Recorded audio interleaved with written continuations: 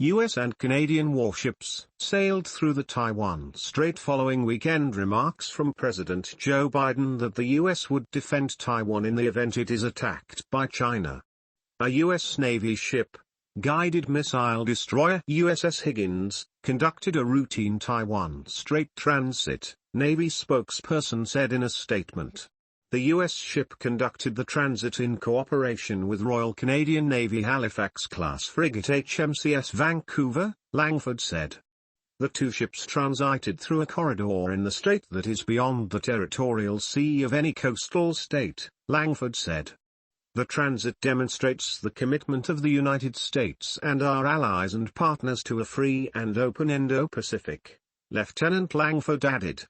The transit marked the second time in just over 3 weeks that a U.S. Navy warship had made the voyage. The guided missile cruisers USS Antietam and USS Chancellorsville did so on August 28. Since U.S. House Speaker Nancy Pelosi's visit to Taiwan in early August, the U.S. has witnessed a dramatic increase in the number of Chinese military ships and submarines around Taiwan, a U.S. defense official told reporters.